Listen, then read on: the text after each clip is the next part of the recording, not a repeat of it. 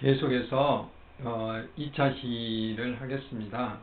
2차 시에서는 계곡 생태와 지표 생물에 대해서 주로 말씀을 드렸고, 이번 시간에는 주로 수소곤충의 소개에 대해서 하겠습니다. 지금 보이는 이 곤충은 녹색 강도래라는 곤충인데요. 이건 무등산 계곡이나 지리산 계곡에서 사는 그런 것들입니다. 조금 있다가 이제 한 5월쯤 되면 성충이 돼서 바깥으로 나옵니다.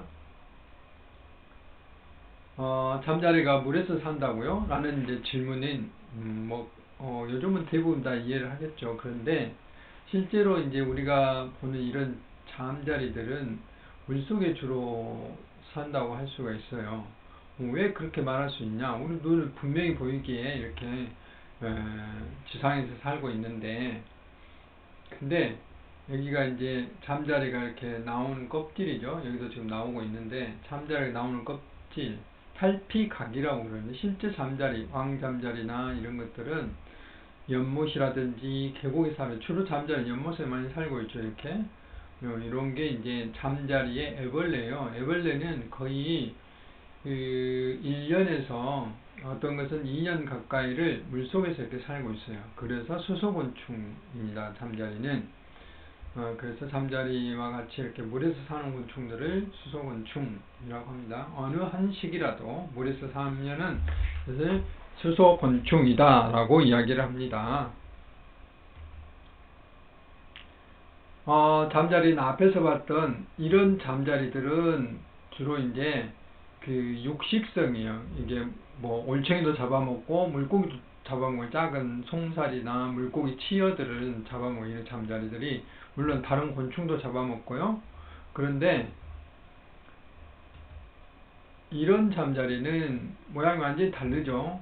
여기 보면 이제 이 더듬이가 굉장히 길고 몸의 길이가 굉장히 날렵하게 길고, 이 끝에 있는 것이 아가미인데 이런 아가미 모양이 다르죠. 앞에 보였던 아가미가 없었는데, 그리고 근데 성충이 되면 크기가 굉장히 작아요. 이게 지금 확대해져서 그렇지 크기가 굉장히 작습니다. 보통 우리가 보는 잠자리는 다르죠. 실잠자리라고 하는데, 얘들은 물속에서도 이끼라든지 이런 그 풀을 뜯어 먹어요. 그래서 식물성, 식성이라고 그러죠. 그러니까 같은 잠자리지만 실잠자리와 우리가 말하는 잠자리들은 이렇게 이 먹이 습성부터 사는 것이 이렇게 달라집니다. 그래서 계곡에 살고 있는 그 잠자리 중에 하나가 어리장수 잠자리라고 있는데, 마치 꼭 우리가 돌을 떠들어 보면, 낙엽속을 떠들어 보면 여기 이렇게 나무 이파리처럼 보였어요. 이게 이제 의태 효과죠. 나무 이파리처럼 생겼는데, 이게 복잡한 과정으로 모르셔도 되는데요. 어리장수 잠자리로 계곡에 이렇게 이제 물이 흐르는 곳이 낙엽이 뭉쳐 있는 곳, 이런 곳에 이제 주로 살고 있는데, 이런 그 낙엽 모양의 어떤 나무 이파리 모양의 그런 어떤 특징을 가지고 있습니다. 그래서 위협을 느끼면서 몸을 움츠리고 죽은 척에 우리가 이렇게 딱 떠들면 그런 정도의 것이, 성충은 이렇게 생겼고요. 그래서 계곡에 사는 대표적인 그 잠자리라고 할 수 있어요. 그 외에 몇 종이 더 살고 있는데, 대부분의 잠자리 연못에 사는데, 이렇게 계곡에는 어리장수 잠자리 같은 이런 곤충들이 살고 있습니다. 하루살이란 말을 들었죠? 가끔 들으셨죠? 근데 이제 우리는 하루살이가 정말 하루만 살까 하는 그런 질문을 저도 많이 받고요. 실제로 이제 그런가 하고 해볼 수 있는데, 하루살이는 이렇게 다양한 모양, 요거는 이제 이게 아가미가 이렇게 옆을 덮고 있다 해서 등딱지 하루살이라고 하고요. 이런 성충의 하루살이, 또 여기 보시면 이렇게 굉장히 그 우아한 자태, 날렵한 자태의 모양을 하고 있는 이런 하루살이도 있어요. 이런 것들은 이제 무늬 하루살이 또는 동양 하루살이, 하천 중앙에 가면 큰 하천에 그 하천변에 가면 가끔 그 나뭇잎이나 풀에서 볼 수가 있습니다. 뭐 이런 에피소드가 있어요. 대나무 축제가 매년 5월에 열리는데, 작년에 코로나 때문에 열리지 않았지만 이런 그 하루살이들이 너무 많이 남으니까 이제 축제를 주최하는 곳에서 저한테 이제 질문이 왔죠. 이 곤충들이 너무 많이 나와서 그 축제를 하면 여기 참가자들이 굉장히 싫어할 것 같은데 혐오하게 될 것 같은데 이거 어떻게 했으면 좋겠냐라고 물어봤어요. 그래서 제가 이제 단번에 그렇게 대답했죠. 무슨 걱정이세요? 얘는 일급수에서 사는 그 수소곤충이 우화에서 나온 곤충들인데 아무 문제 없습니다. 뭐 질병을 일으킨다든지 사람을 괴롭힌다든지 또 사람을 문다든지 이거는 그렇지 않기 때문에 홍보를 하십시오. 이만큼 담양의 하천이 깨끗하다 라는 것을 홍보를 하면 오히려 더 도움을 받을 것입니다. 그랬더니 아이고 그렇습니까? 라고 이제 했어요. 그래서 오늘날까지도 이렇게 이제 얘들은 잘 살고 있어요. 만약에 그때 얘들이 뭐 해충입니다 말을 잘못하면 대대적으로 뭐 살충제를 뿌리든지 뭐 이렇게 했겠죠. 그래서 이런 에피소드도 있는데 대부분의 수소곤충은 다 착합니다. 이렇게 특히 하루살이나 이런 종들은 성충이 되면 어른이 되면요 입이 다 퇴화돼서 거의 먹지를 않아요. 어쩌다 물을 먹고요 거의 먹지를 않기 때문에 거의 뭐 생태적으로 뭐 피해를 줄 일도 없고 우리 사람한테 성가심을 줄 필요도 없습니다. 그래서 하루살이에 대한 특징들을 쭉 써놨는데 그 여러분들이 이제 이렇게 구체적으로까지 아실 필요는 없어요. 사실 이건 참고로 하시라고 제가 써놨고 나중에 혹시라도 여러분들이 이제 부모가 된다든지 이랬을 때 아니면 어디 그 자원봉사 활동으로 이런 것들을 설명할 기회가 있다면은 그런 데 써먹을 수 있어요. 이제 뭐냐면 하루살이는 여기 이제 채집을 해서 이쪽 발톱을 좀 자세히 보시면 발톱이 이렇게 하나로만 딱 돼 있어요. 하나로만 이렇게 딱 하나로만 돼 있는 게 특징이에요. 나중에 뒤에서 올 강도래는 두 개로 이렇게 갈라져 있어요. 끝이 발톱이 두 개로 갈라져 있어요. 그러니까 하루살이하고 강도래의 끝은 이게 끝에 발톱 모양만 보면 알 수가 있어요. 그리고 이제 강도래는 이 마디가 굉장히 뚜렷하게 딱 구별이 돼요. 강도래는 근데 하루살이는 구별은 되지만 약간 좀 더 약하게 보이는 거예요. 좀 더 연하게 보인달까? 그런 특징이 좀 있어요. 강도래는 보신 바와 같이 이렇게 훨씬 더 뚜렷이 구별이 되죠. 그리고 조금 더 강하게 보이죠. 튼튼하게 보이는 그런 특징들이 있어요.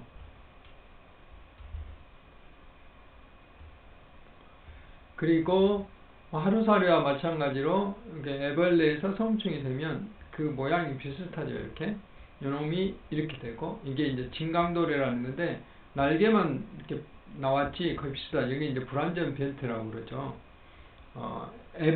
번데기 시기를 거치지 않는 것을 불완전 벨트라고 하는데 그런 과정을 거치는 것이죠. 이런 거를 강도래라고 그렇고 또 이런 종류는 민강도래라고 하는데 이게 조금 더 빠른 이른 봄에 나와요. 지금쯤 나오기 시작했어요. 이미 이건 2월달부터 나오니까 훨씬 크기는 작은데 이제 이런 검은색의 날개를 띠고 있는 거 이런 것들을 민강도래라고 그러고요.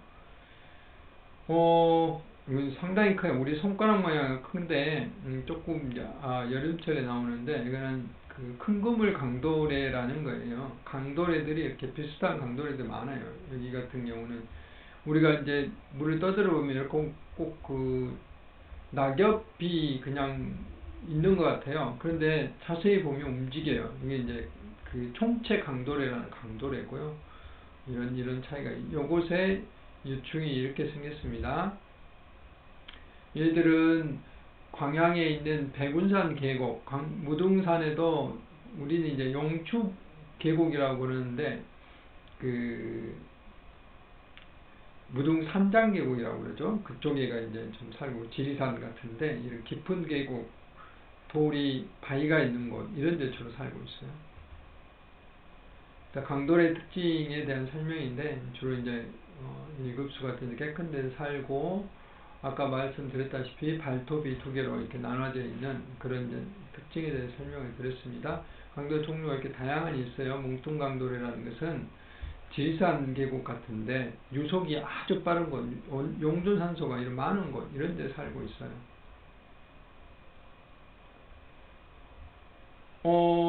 얘는 잠자리처럼 생겼죠. 아까 뭐 큰그물 강도래하고도 비슷하게 생겼는데 상당히 커요. 이렇게 잠자리인데 실제로는 잠자리하고 목이 달라요. 뱀 잠자리 목이라는 건데 하천의 종류쯤에 보면 이렇게 굉장히 큰 좀 약간 무서운, 그 다음에 그 이빨이라고 그러죠. 이가 굉장히 튼튼하게 보이는 이런 이제 곤충들이 살고 있거든요. 근데 이것이 뱀잠자리예요. 뱀잠자리인데 성충이 되면 이렇게 여름철에 이제 이렇게 날개를 달고 나오는데, 잠자리하고 완전히 다른 그런 그 곤충이 뱀잠자리라고, 이것도 육식성이죠. 그 다음에 이제 얘들은 날도래라는 곤충인데, 이렇게 그 일급수에 사는 이런 날도래들은 주로 이제 물날도래라고 하는 것들인데, 일급수에 사는 종들이 있고, 아까 이제 반복되기 때문에 그냥 넘어가도록 하겠습니다. 뒤로 가버렸나? 네, 뒤로 가버렸네요.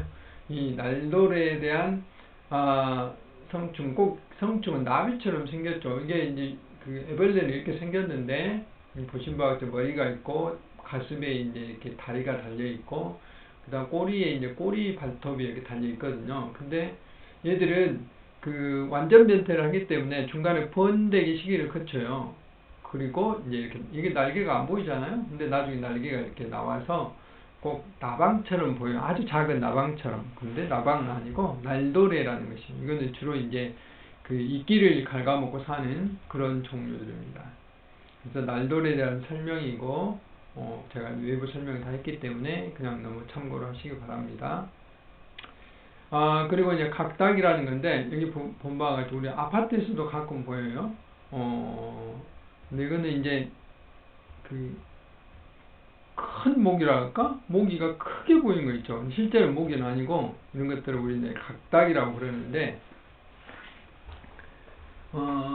이 애벌레가 그 굼벵이처럼 상당히 크게 돼 있어요. 그런데 얘들은 깨끗한 곳에 살아요. 계곡 같은데. 굼벵이처럼 그 육지에서 사는 게 아니고, 그래서 계곡이나 평지 하천 등 물이 흐르는 곳에 주로 살고, 낙엽이 많이 쌓여져 있는 곳, 이런 곳에 주로 사는 특징이 있습니다. 크기가 55에서 60cm 상당히 크죠. 그래서 각닭이는 파리류에 속하고요. 방금 이제 보시다시피 곤충의 이름들을 쭉 이렇게 설명을 했는데, 혹시라도 여러분들이 무슨 그 신문을 본다든지 또는 인터넷을 봤을 때 관심 갖고 보면은, 여기 있는 게 이제 무늬하루살이라는 건데, 이 하루살이에 이게 종류가 틀리네요. 무늬하루살이, 이게 납작하루살이네요. 무늬하루살이에 일단 넣을 건데 잘못했네. 무늬하루살이의 그 학명은 여기 본 바와 같이 에피메라 스트리가타 에이톤 이렇게 써져 있어요. 근데 에피메라는 속명이에요. 우리가 그 생물들의 이름을 말할 때는 그 계통적으로 부르는데, 앞에 종, 속, 과, 목, 다시 종, 속, 과, 목, 강, 문, 개 이렇게 이제 이야기다. 종속, 과목, 강문, 개 이렇게 분류를 하죠. 그래서 예를 들면 에피메라 스트리가타 그러면은 무늬 이게 하루살이라는 뜻. 이게 하루살이 속이고, 이거 무늬 종이에요. 무늬 하루살이라고 이제 이야기를 하죠. 그리고 여기는 이름을 처음으로 발견한 사람 이름 이렇게 이제 쓰는 것이에요. 그리고 눕혀져 있죠. 이태릭처럼. 그러니까 다른 일반 이름하고 구별하기 위해서 이렇게 이렇게 이태릭처럼 이렇게 쓰는 거예요. 또는 줄을 긋든지 이렇게 이제 구별하도록 돼 있어요. 그리고 이제 과 이름을 이렇게 체계적으로 쓰도록 돼 있어요. 이런 이제 차이가 있죠. 모든 생물은 식물이 됐든 사람이 됐든 동물이 됐든 이렇게 구별하는 거죠.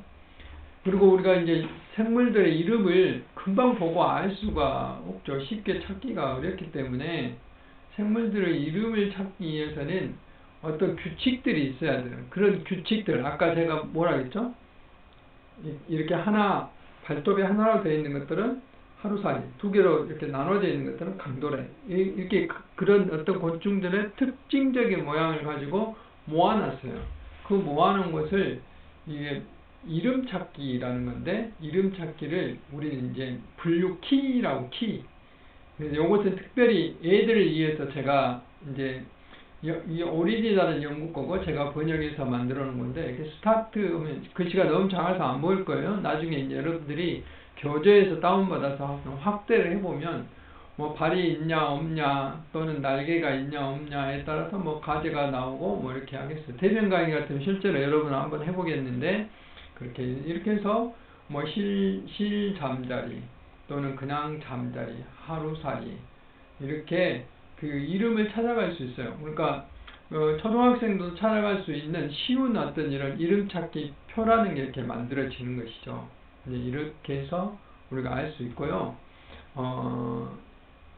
그래서 이런 이름 찾기는 이런 방법을 이용해서 우리가 하고 있고, 그 다음에 물속 생태계는 앞에서 제가 설명했기 때문에 넘어가는데, 다만 이 수소곤충들은 주로 이제 이게 그 이끼를 갉아먹는 1차 소비자에 속하고, 아까 강도래나 잠자리나 뱀잠자리, 또 날도래는 아니고 뱀잠자리 이런 것들 육식성이기 때문에 여기에 속해요. 여기 2차 소비자에. 강도래는 두 종류가 있어요. 잠자리도 두 종류가 있고, 식식성인 게 있고 육식성인 게 있는데, 식식성인 것은 1차 소비자, 육식성인 것은 2차 소비자에 속하죠. 그리고 수소곤충은 때로는 처서성 대형 무척추 동물이라고도 하는데요.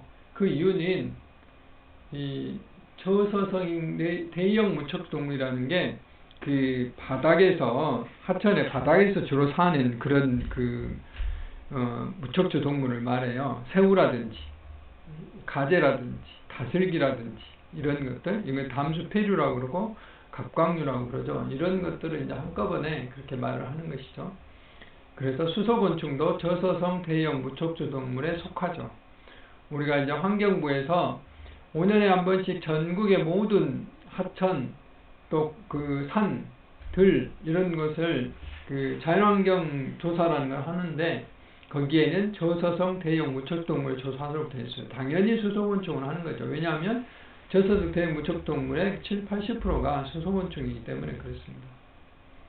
그래서 이제 이 수소곤충 우리가 이렇게 제가 설명을 하고 있는 이유는, 수소곤충은 눈으로 보여요. 그리고 어디 가든지 볼 수가 있어요. 그리고 아까 이동 범위가 굉장히 적기 때문에, 이게 그 기어가봐야 얼마나 기어가겠어요? 하루에 기껏 기어가봐야 뭐 10m도 기어갈동 말동 하겠죠. 그렇기 때문에 환경의 특성을 잘 나타내는 지표생물로서 가치가 높다는 거죠. 그래서 또 종류가 굉장히 많기 때문에 그런 것들을 이용해서 생태 건강성도 평가할 수 있고 환경도 평가할 수 있어요. 그래서 지표생물이나 수질을 평가하는 아주 도움이 돼요. 그렇기 때문에 이제 이게 국가적으로도 중요하게 다루고 있고, 저도 이제 여기서 설명을 하는 것이죠. 수소곤충 약 95%가 저서성 대형동물의 수소곤충이고, 나머지는 이제 새우라든지 가재라든지 이런 갑각류, 그다음에 연체동물인 아까 뭐라 했죠? 다슬기라든지 뭐 이런 것들 이렇게 속합니다. 그 다음에 수소곤충은 생활 사는 게 이제 알에서 그 다음에 애벌레가 됐다가 그 다음에 번데기가 되고 그 다음에 성충이 되죠. 이렇게 이제 완전 변태를 하는 종이 있고, 그 다음에 강도래처럼 번데기를 거치지 않고 하루살이나 강도래처럼 이제 바로 애벌레에서 성충이 되는 불완전 변태하는 것들이 있는데, 되게 여름철, 봄에서 여름철 성충을 우아한 종들이 굉장히 많고요. 1년에 한 세대를 거치는, 2년에 한 세대를 거치는, 단연 세대, 이렇게 이제 대개 1년에 한 번씩 세대를 거칩니다. 알에서 애벌레 됐다가 번데기 됐다가 성충이 됐다가 이렇게 합니다. 근데 모기 같은 경우는 짧은 기간 사니까 여름철에도 몇 번의 세대를 거치는 경우가 있어요. 그러니까 모기가 걱성을 부리죠. 이런 이유 때문에 그렇게 할 수 있습니다. 그래서 그림으로 이렇게 물방개라든지, 이게 딱정벌레죠. 물방개라든지 아까 뱀잠자리, 날도래 이런 종류, 특히 깔따구가 있는 파리목 이런 것들은 중간에 번데기를 거침으로써 이렇게 이제 완전 탈바꿈, 완전 배탈하는 거죠. 완전 배탈함으로써 장점이 뭐예요? 장점은 그거라고 할 수 있죠. 예를 들면 성충하고 애벌레하고 이게 번데기하고 사는 곳이 각각 다 달라요.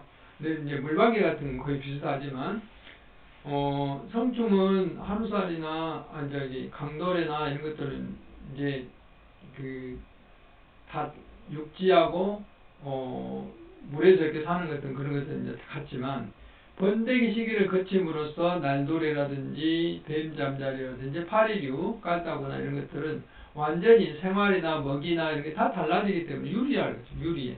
그리고 분리하면 번데기로 이렇게 죽은 듯이 있고 이런 이제 차이가 더 진화적으로 불완전 변태는 그렇지 못하기 때문에 조금 더 불리하죠. 근데 얘들은 살아가기 위해서 다양한 방법으로 이제 몸의 모양 또는 숨 쉬는 방법들이 변해 있는데 얘는 이제 물의 흐름에 적응하기 위해서 몸이 이렇게 평평하게 되어 있어요. 그래서 납작하루살이라고 그러죠. 평평하게 되어 있고 이렇게 아가미가 이제 이렇게 물고기처럼 입에가 있는 게 아니라 이게 배 쪽에가 이렇게 나무 모양 또는 깃털 모양으로 이렇게 달려져 있어요. 그리고 이것은 물삭갓벌레라는 건데 딱정벌레 일종이에요. 위에서 보면 삭갓처럼 보이고 뒤집어 보면 아가미가 달려 있고 이렇게 흙반들이 달려 있어서 바위에 돌에 딱 붙어 있기 때문에 떠늘려 가지 않는 것이죠. 큰 물이 있어도 이런 이제 차이가 있고요. 그 다음에 아까 이제 강도래 발톱은 두 개로 이렇게 나눠져 있다고 그랬는데 이런 발톱이 있으면서 갈고리 역할을 해요. 그래서 어디 기어갈 때 아까 강도래는 유속이 센 곳에 살 수 있다고 그랬는데 그런 곳에 이제 충분히 이렇게 돌에다 걸쳐서 갈고리처럼 살 수 있어요. 날도래는 꼬리에가 달려 있는데 꼬리에가 갈고리 꼬랑새가 있어요. 고랑새가 있어서 이렇게 적응이 돼서 살 수 있는 것이죠. 또 이것들은 이제 먹파리라는 건데 그 파리류인데 여기에 그 흙반이 달려있어요. 여기가 이제 그 공기 쪽이에요. 여기가 머리 쪽이고 공기 쪽에 흙반이 달려있어서 이렇게 돌에 붙어 있어요. 그러면서 머리 쪽에는 이렇게 털 같은 게 달려있어요. 여기에 이제 물이 이렇게 흐르면 얘들이 흔들흔들 하면서 여기에 먹이를 걸러서 먹는 거죠. 유기물을. 이런 것들도 있고요. 이렇게 다양한 자기가 살아가는 환경에 따라서 다양한 모양으로 이렇게 변하고 날도래 중에 이제 상당 부분은 집을 갖고 있어요. 이런 돌이나 낙엽 또는 나뭇가지로 이렇게 나뭇잎으로 모래로 이렇게 집을 지어서 평상시는 이렇게 발견할 수가 없어요. 이게 근데 자세히 보면 머리만 내놓고 이렇게 기어가는 경우가 있거든요. 이게 다리가 있고 마치 소라게처럼 이제 이런 것들도 우리는 볼 수가 있습니다. 아까 이제 잠자리에 대해서 설명했는데 잠자리는 이제 이렇게 발톱이 억세서 뭐 이제 그 식물 위에서 또는 뭐 이렇게 살 수 있도록 돼 있어요. 또 다른 그 생물을 잡아먹을 수 있도록 돼 있고 그 다음에 아까 아가미에 대해서 잠깐 말씀드렸는데 하루살이의 아가미는 이렇게 이제 배 쪽에 이렇게 양쪽 측면에 붙어 있어요. 그래서 깃털 모양, 아까 앞에 낙엽 모양, 이렇게 다양한 모양들로 되어 있는데 여러분들 혹시라도 계곡이라든지 그 하천에 갈 기회가 있으면 돌을 떠들어서 어떤 그 대하라든지 또는 뭐 페트병에 담아놓고 자세히 보면 이 아가미를 막 흔들어요. 그러면 얘들이 숨을 쉽니다. 강도래는 푸시업을 하면서 숨을 쉬어요. 네, 그런 좀 차이가 있고요. 이렇게 갈래로 다니는 갈래 하루살이고 이거는 깃털만 동양 하루살 이런 이제 아가미들에 보면 이렇게 핏줄이 있잖아요. 그래서 이런 그 산소들을 흡수할 수 있도록 되어 있어요. 잠자리는 이것보다 이제 항문 아가미라고 하는데 항문 속에 아가미가 들어있어서 물을 여기다 딱 뽑아들여요. 그 다음 물을 촥 뱉으면 제트기처럼 앞으로 슝 나갑니다. 이렇게 슝 나가면서 산소를 흡수하죠. 잠자리 이렇게 돼 있어요. 근데 실잠자리는 아가미가 끝에 이렇게 그 이파리 모양, 부채 모양 이파리 모양으로 길게 달려 거의 몸의 절반 이상 아가미가 달려있는 실잠자리는 좀 틀리죠. 일반 잠자리는 항문 아가미로 되어 있고요. 또 이제 이런 그 송장 햄치기 같은 경우는 이 꽁지를 위쪽으로 올려서 공기 중에 있는 산소를 흡수하기도 하고, 목애벌레인 장구벌레는 이렇게 그 호흡관이 있어서 이것을 위쪽으로 올리죠. 이렇게 한다는 것은 더러운 물, 고인물에서도 얼마든지 살 수 있다는 그런 그 적응이에요. 이런 이제 수소곤충은 종류라든지 또는 이렇게 이제 자기들이 살아갈 수 있도록 환경에 적응해서 이렇게 살고 있는데, 앞에서 이제 여러 번 말씀드렸다시피 수소곤충의 그 특별히 우리가 이용하는 것들은 얘들이 서식 범위가 좁기 때문에 어떤 수질을 평가하는데, 생물학적 수질을 평가하는데 적합하다는 것이죠.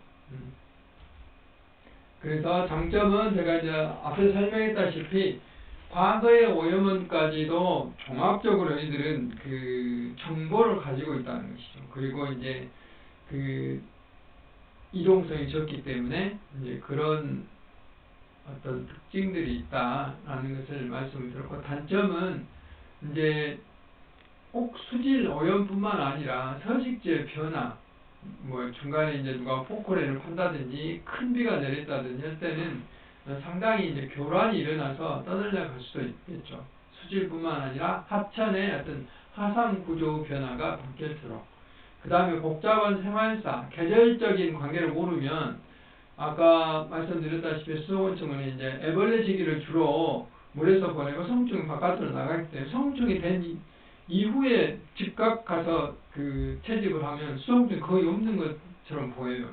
그거는 계절적인 차이이기 때문에 그것을 그 생각을 고려해야 된다는 거죠. 이런 차이가 좀 있다 하는 것을 아시면 좋을 것 같습니다.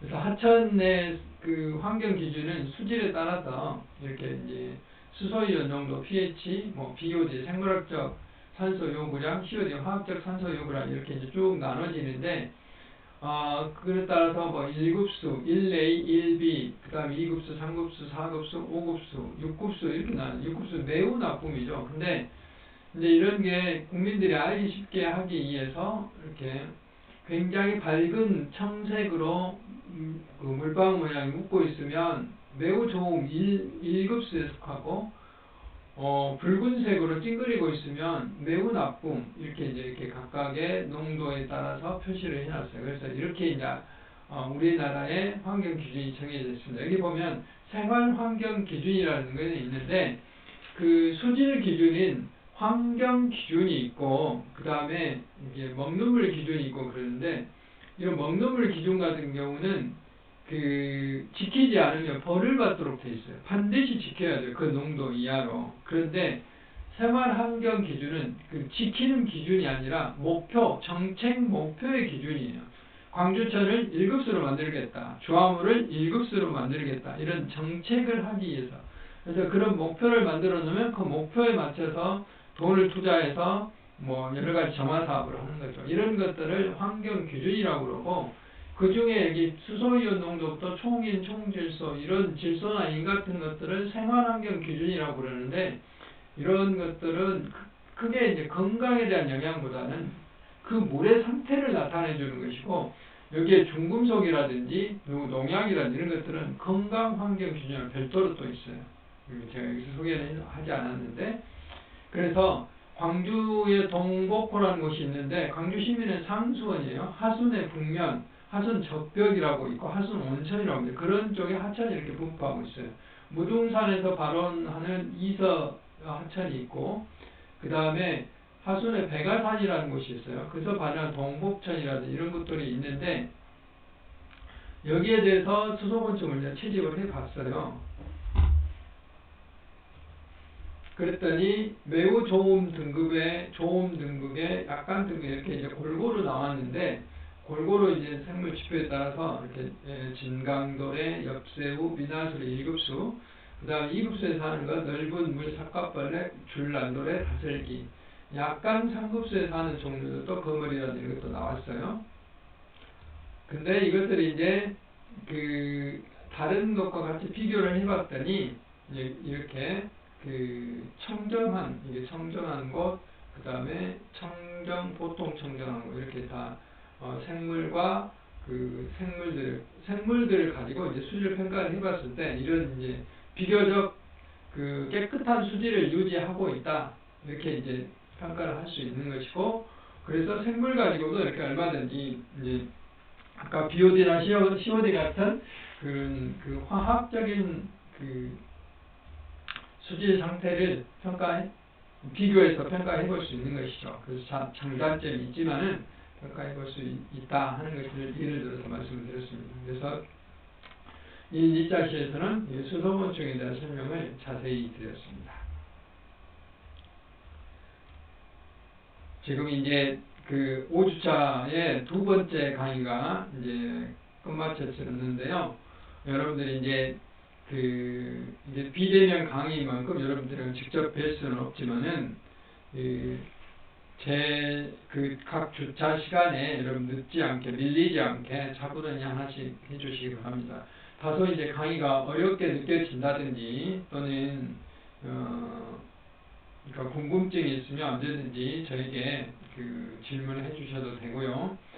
제가 강의하는 그 전반적인 목표는 여러분들이 이제 교양 수준에서 이 정도는 알아야 되겠다 하는 그런 것들을 위주로 하고 있습니다. 다소 이제 PPT에 복잡하게 써져 있는 내용들은 참고로 하시라고 써놓은 것이고, 저는 이제 줄거리는